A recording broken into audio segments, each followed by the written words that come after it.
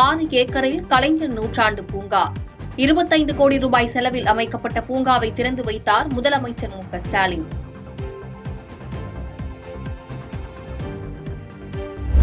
தொழிலாளர்களின் 14 கோரிக்கைகளை நிறைவேற்றுவதாக சாம்சங் நிறுவனம் உறுதியளித்துள்ளதாக அமைச்சர் தாமு அன்பரசன் பேச்சு. அரசின் வேண்டுகோளை ஏற்று தொழிலாளர்கள் அனைவரும் பணிக்கு திரும்ப வேண்டும் என அழைப்பு.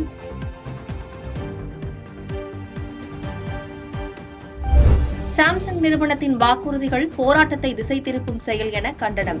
போராட்டம் தொடரும் என CITU தொழிற்சங்கம் அறிவிப்பு.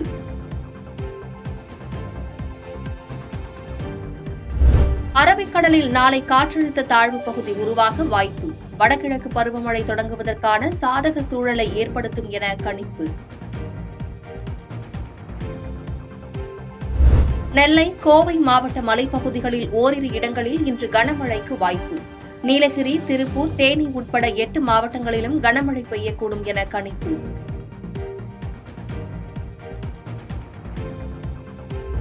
நீர்வரத்து அதிகரிப்பால் மஞ்சளாறு அணையிலிருந்து 200 கனஅடி உபரி நீர் திறப்பு. தேனி, திண்டுக்கல் மாவட்டங்களில் கரையோர மக்களுக்கு வெள்ள அபாய எச்சரிக்கை.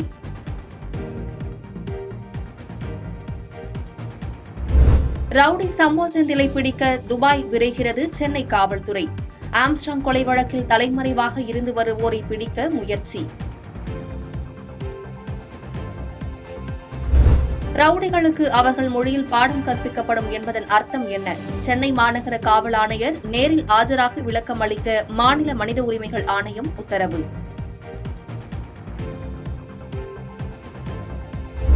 கர்நாடகாவில் அமைச்சரவையில் மாற்றங்கள் செய்ய வாய்ப்பு. அமைச்சர்களின் செயல்பாடுகள் குறித்து காங்கிரஸ் மேலிடம் அறிக்கை கேட்டதாக தகவல். ஜம்மு காஷ்மீரில் 5 MLA-க்களை நியமிக்க துணைநிலை ஆளுநருக்கு உள்ள அதிகாரத்திற்கு எதிர்ப்பு. நீதிமன்றத்தை நாட உள்ளதாக எதிர்க்கட்சிகள் அறிவிப்பு.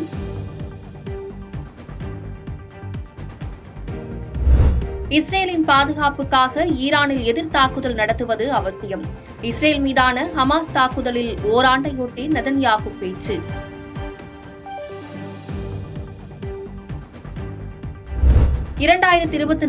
ஆண்டுக்கான மருத்துவத்திற்கான நோபல் பரிசு அறிவிப்பு. மைக்ரோ RNA-வை கண்டறிந்ததற்காக விக்டர் ஆம்ப்ரோஸ், கேரி ரூகூன் ஆகியோருக்கு கூட்டாக அறிவிப்பு.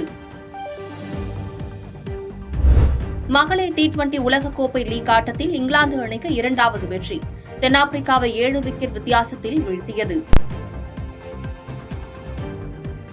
பாதகம் செய்பவரை கண்டால் நாம் பயங்கொள்ளலாகாது பாப்பா.